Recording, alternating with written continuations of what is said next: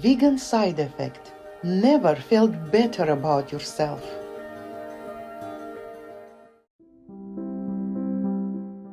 Our programs offer many languages. Please visit suprememastertv.com/schedule. Nos programmes offrent plusieurs langues. Veuillez visiter suprememastertv.com/schedule.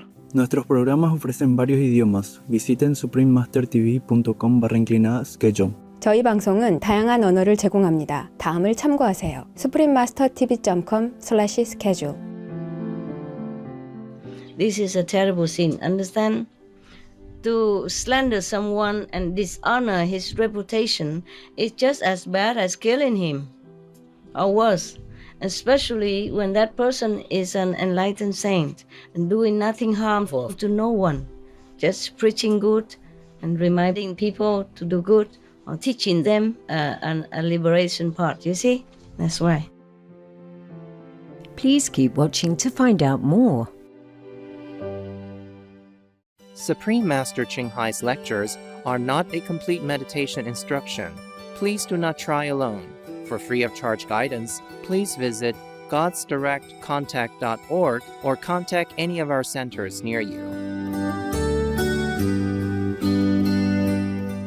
Today's episode will be presented in English with subtitles in Arabic, all access, also known as Vietnamese, Bulgarian, Chinese, English, French, German, Hindi, Hungarian, Indonesian, Japanese, Korean, Malay, Mongolian, Persian, Polish, Portuguese, Punjabi, Russian, Spanish, Telugu, and Thai.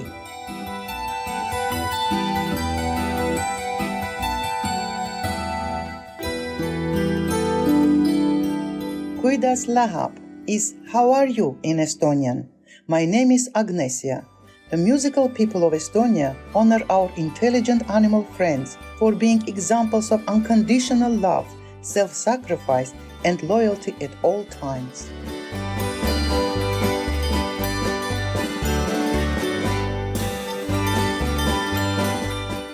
The Republic of Estonia in Northern Europe is a coastal country with more than 2,000 islands in the nearby Baltic Sea. The land's peaceful forests, ancient peat bogs, and abundant wildlife all contribute to its natural beauty.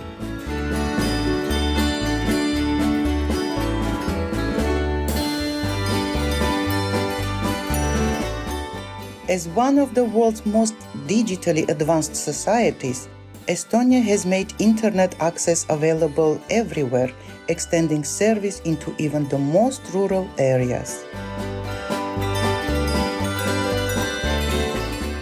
In Tallinn, Estonia's proud capital, public transportation is free of charge for all residents.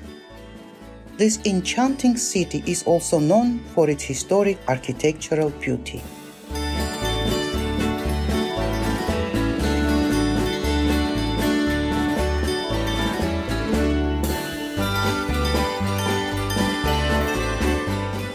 Just a short ferry ride from the capital city are several of the Estonian islands, each with a unique appeal.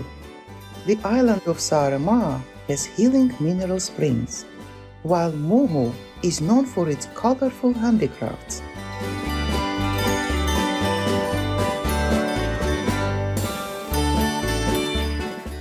Standing tall on the island of Hiiumaa is the 600-year-old Koku Lighthouse, whose bright beacons of light still guide ships to safety today.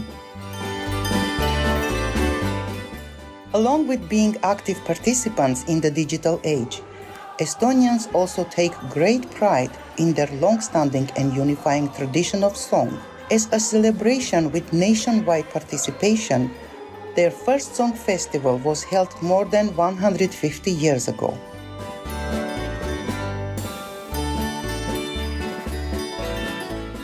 Today's Estonian Song Festival brings together thousands of participants in a spectacular and moving event.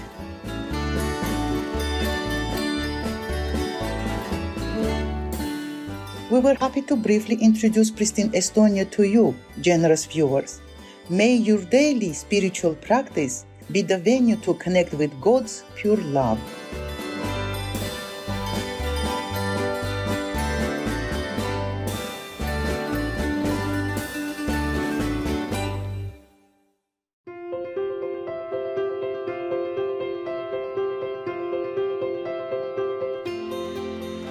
For decades, Supreme Master Ching Hai has illuminated our world with her divine teachings. A fully enlightened master, she imparts the Kuan Yin method of meditation to those desiring to immediately discover the God nature within, to achieve in one lifetime eternal liberation from the cycle of transmigration. The Kuan Yin method has been practiced by all enlightened masters, such as the worshipped world-honored one, Shakyamuni Buddha, the worshipped Son of God, Jesus Christ, the venerated master and philosopher, Confucius, the venerated Lord Krishna, the venerated master and philosopher, Lao Tzu, the venerated Lord Mahavira, the beloved Prophet Muhammad, peace be upon him, Sri Guru Nanak Dev Ji, and many more. Supreme Master Ching Hai emphasizes that if we always remember God, render selfless service to others, and follow the laws of the universe, we will reach our highest potential as humans and truly understand our purpose on earth.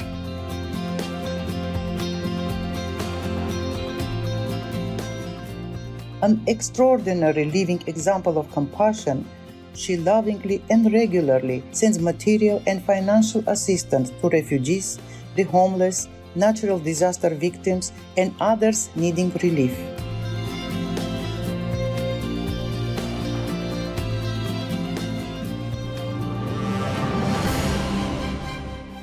Supreme Master Ching Hai respectfully thanks all special individuals, organizations, leaders, and governments for all your genuine, loving, ongoing support. May heaven bless you forevermore. We, the Supreme Master Ching Hai International Association members, are also sincerely grateful for your expressive kindness, wishing you the best. Supreme Master Ching Hai receives love and recognition from various organizations, media, governments, individuals, and many awards, such as the 2006 Gusi Peace Prize, considered the Nobel Peace Prize of the East, the World Spiritual Leadership Award in 1994, the Mahavir Award in 2008, February 22nd and October 25th, both proclaimed as the Supreme Master Ching Hai Day, an honorary citizen of the United States, etc., and has been honored throughout the years with numerous other awards and accolades for her outstanding philanthropic and humanitarian deeds.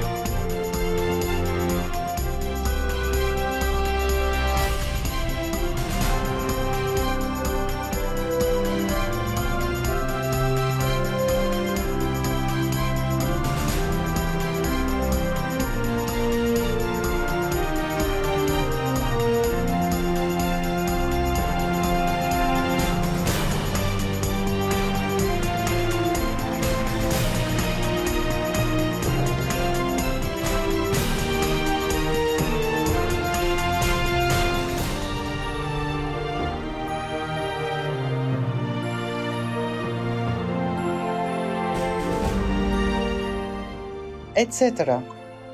We apologize for not being able to show many other awards and honors for lack of space and time. Supreme Master Ching respectfully thanks all special individuals, organizations, leaders, and governments for all your genuine, loving, ongoing support. May heaven bless you forevermore. We, the Supreme Master Ching International Association members, are also sincerely grateful for your expressive kindness, wishing you the best. A true voice for our beautiful animal friends, Supreme Master Ching promotes the peaceful, loving plant-based diet and envisions with humanity's awakening to the sacredness of all life, a tranquil and glorious all-vegan world where animals and people live in respectful harmony.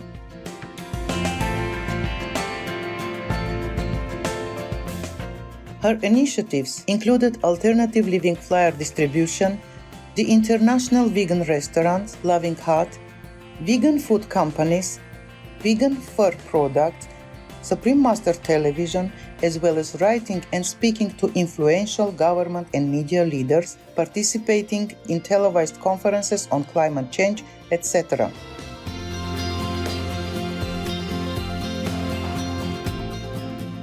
Whether we are aware of it or not, her efforts have had an enormous influence on global awareness of the animal-friendly lifestyle and how this benevolent way can bring lasting peace among nations while saving our planet from climate change and disasters.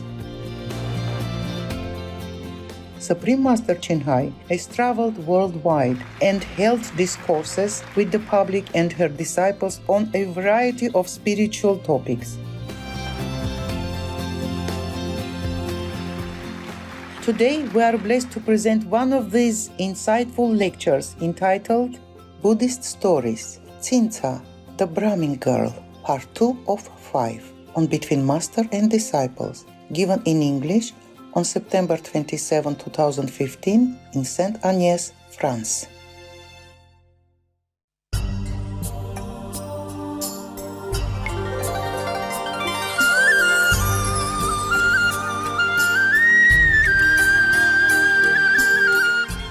They call her to come because somebody advised them that this woman, if you engage her, you can defame the Buddha, but they also didn't know what to do. So they just called her there, and then she stood there, and they stood there, and they didn't know what to say. So, and finally, she kept asking many times. So they say, okay, do whatever you can to defame the Gautama, the Buddha. So she says she will do it. Woman, clever. Yeah. From that time on, she employed all her skill in the arts of a woman to effect her purpose. When the residents of Savatthi were returning from Jetavana after listening to the Dhamma from the Buddha, she would put on a cloak of red color and bearing perfumes and garlands in her hands, would walk in the direction of Jetavana. Okay? The followers and the disciples of the Buddha were walking from Jetavana to go home. And she, this woman, so-called nun, wearing a red coat, meaning very, very opulent, very eye-catching clothes and perfume and flowers. And decorating makeup herself was walking opposite direction to Jetavana, understand, to where the Buddha resided. Now you probably understood already what's going on. And then the people, of course, asked her, where are you going at this time of day? She said, what business is it of yours where I'm going? Say, mind your own business. She didn't even answer. And then she would reply that. And then she would spend the night near Jetavana at the monastery of the sectarians. And early in the following morning, when throngs of lay disciples were coming out of the city for the purpose of rendering the morning greeting to the Buddha, she would wend her way back and re-enter the city. As if she stayed the whole night in Jetavana Park, but she didn't. She stayed in a temple of the sectarian jealous teachers, yeah. So people ask again, where have you spent the night? People ask her. So she say, it's not your business where I spent my night. And then she just left again. So after the lapse of a month and a half, she kept doing like this. Yeah.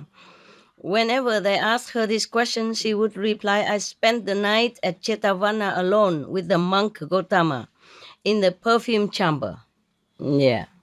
Perfume chamber is a place where they build specially for the Buddha alone to stay, apart from other monks and people. So she says she spent the night with Gautama the Buddha in his perfume room. Yeah. So after 1 month and a half, then she replied like that. Before she just say, no, none of your business. But after a while, 6 weeks, she said, I spent the night with the Buddha. She didn't say the Buddha. She says Gautama the monk. Yeah. And by her answer, she caused doubts and misgivings to spring up in the minds of those who were still worldlings, meaning the ones who were not truly enlightened yet. They were not very highly enlightened and not very diligent in practice in order to perceive inside knowledge, not just by hearing, but knowing intuitively inside, or by vision, or by wisdom, knowing that it's not true or it is true. So they listen to her. These kind of people, easily swayed, yeah. Faith is not firm, enlightenment little, ego big, ignorance bigger. So they kind of doubt it now. They felt like believing in her something, somewhat. So these people were still worldlings, meaning they were not saintly yet, even though they were monks, even though they followed the Buddha, but they were not above the world level yet, not above human level yet. They call them worldlings. So these worldlings had doubts in their minds, so they said to themselves, but who wouldn't, huh? Who wouldn't? This is too obvious, right? The way she was doing was too obvious. Who wouldn't believe, right? It doesn't matter if saint or not saint. Maybe people was thinking like that, huh? Okay, so they said to themselves, is this true or is this false? When 3 or 4 months had gone by, she wrapped her belly about with bandages to create the impression that she was pregnant. And dressing herself in a scarlet cloak, she went about saying, I have conceived a child by the monk Gautama. Thus did she deceive utter simpletons, stupid people. When 8 months or 9 months had gone by, she fastened a disc of wood to her belly, drew a cloak over it, and produced swellings all over her body by pounding her hands and feet and back with the jawbone of an ox and pretending to be physically exhausted. So then she went one evening to the Hall of Truth and stood before the Tathagata, meaning the Buddha. There, in his gloriously adorned seat of truth, sat the Tathagata teaching the Dhamma. And standing there before him, Cinca, Manavika, opened her lips and reviled him, saying, Mighty monk, mighty is the tongue to which you teach the Dhamma. Sweet is your voice, soft are your lips. Nevertheless, you are the one by whom I have conceived a child, and the time of my delivery is near at hand.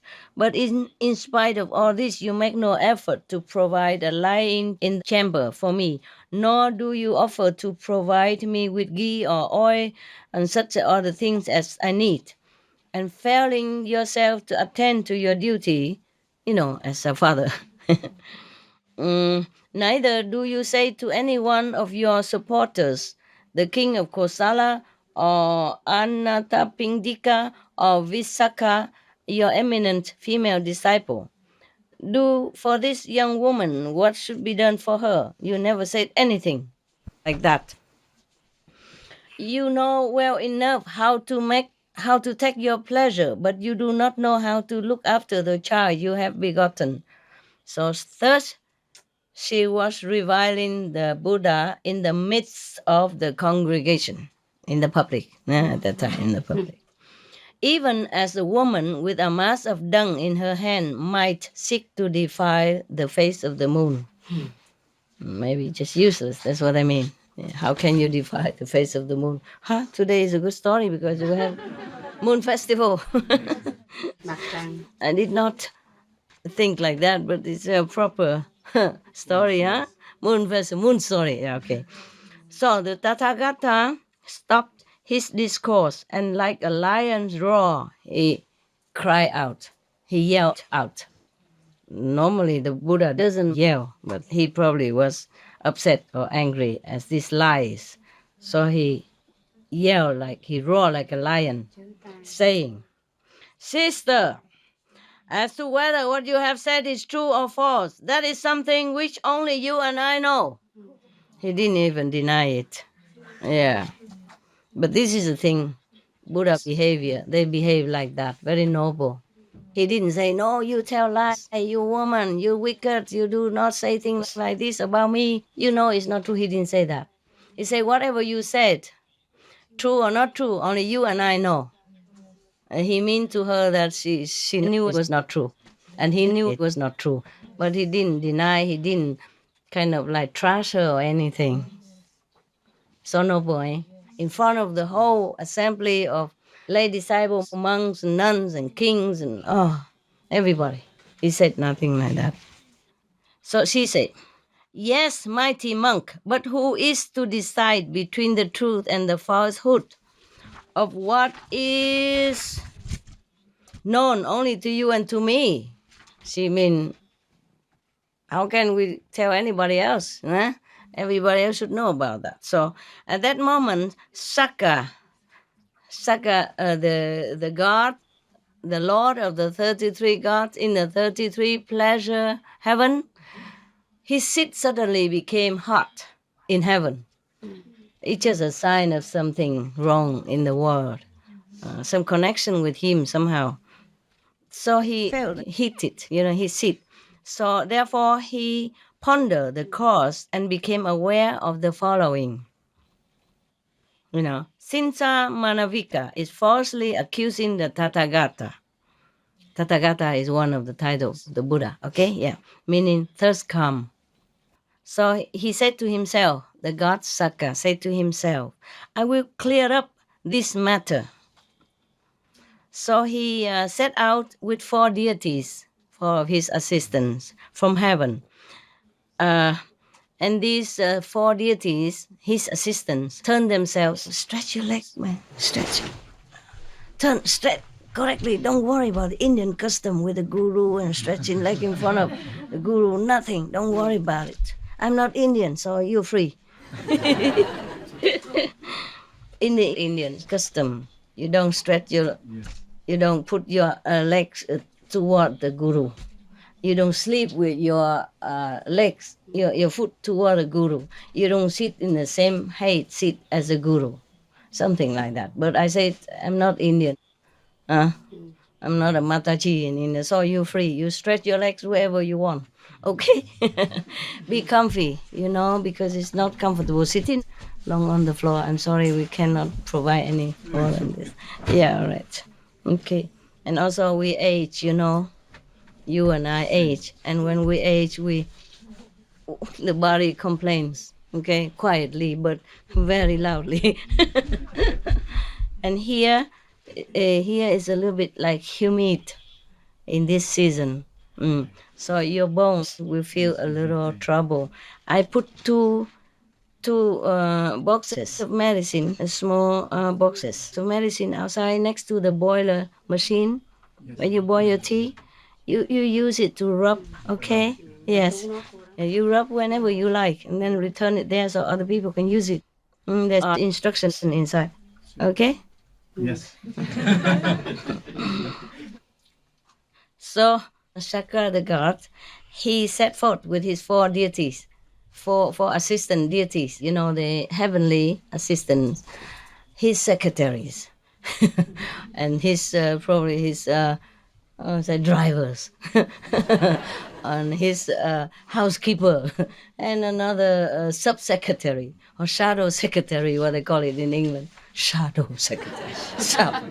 Sounds not very trustworthy, is it? Yeah. In America, they say vice secretary, you know, but shadow secretary, and even shadow minister. Oh, I thought this is what a name, huh? It sounds dubious, you know. It sounds scary. All right, then. So he went down with the four shadow sub-gods, yeah? And then these four deities, or devas, or whatever, they change themselves by magic power into mice, rats. Okay. And with one bite of their teeth, they came down, yeah? They came down from heaven, all the way down to where the Buddha sat. And they turned themselves into mice. And then with one bite of their teeth, these little mice severed the cords with which the disc of wood was fastened to the belly of the woman. Yeah.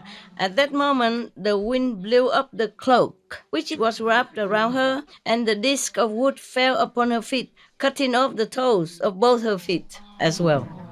Okay. Thereupon, the multitude cried out, "A hag is reviling the Supreme Enlightened One." So they spat on her head, and taking clods of earth and sticks in their hands, drove her out of Jetavana, where the Buddha was. The Buddha didn't say anything, but it just happened like that. Yeah. Okay. As she passed out of sight of the Tathagata, the great earth split apart. An abyss opened under her feet, and flames shot up from Avicii hell. Thus she was swallowed up, enveloped, as it were, in a scarlet blanket, such as is presented by a wealthy family, and reborn in the Avicii hell. Avicii hell is a hell that is non-stop punishment. You don't have 1 second of rest. They punish you forever and forever and forever. And it could be a very, very long time, like eternity. And this is called also like a non-stop, you know, non-interrupted hell. One of the non-interrupted hell, meaning whatever punishment they meted out to you, you have it all day long, 24 hours, every second of the day. They make you die, they make you suffer, and then you revive again, and then you live again, and then you continue again and again and again and again. This is the worst hell of all, without any repose in between. This is reserved for the real deep criminals. Understand? The bad, the worst. Yeah. It's not that the Buddha wanted it that way. It's just her karma drew her down there. Not the Buddha. The Buddha never wanted to punish anybody at all. Not even the Sakka God want that. Just the karma draws people to where they belong. This is terrible to slander the innocent Buddha. Yeah? That's why. Yeah. The slanders who slander normal people, yes, you will also reap punishment, but to slander an enlightened saint, this is the worst you can do to yourself. Yeah. So she went direct immediately with flames, even shooting up to drag her down to the Avicii hell. From that time, the gain and honor of the sectarians decreased even further. They wanted to gain more, but now they got less. Yeah. But the offerings presented to the master Buddha increased more and more. Of course, now his fame was more than before. Yeah. So actually, she was helping the Buddha. And the sectarians, in a way, were helping the Buddha. But as you sow, so shall you reap. They did not intend to help the Buddha that way. They intended to harm him. Therefore, they had to reap the consequences like that. And this is not yet to do with the other teachers yet. It's just the girl only. Yeah. Because she's the one herself thought of this scheme. You see, they also did not tell her what to do. They also didn't know what to do to defame the Buddha. But she herself, though being a nun in the Bramhin sect, is also very noble, thought of this way to to really slander him, degrade him in front of the multitude. This is a terrible sin, understand? To slander someone and dishonor his reputation is just as bad as killing him, or worse, especially when that person is an enlightened saint and doing nothing harmful to no one, just preaching good and reminding people to do good or teaching them a liberation path. You see? That's why.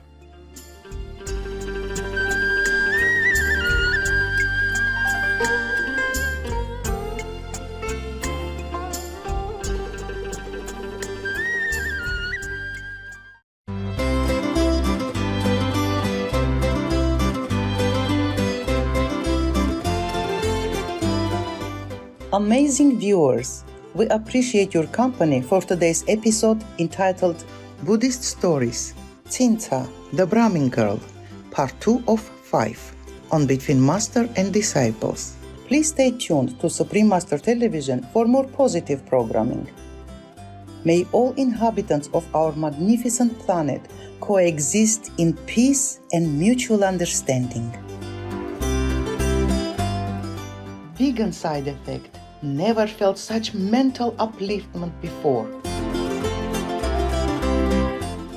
Our programs offer many languages. Please visit suprememastertv.com/schedule and suprememastertv.com/BMD.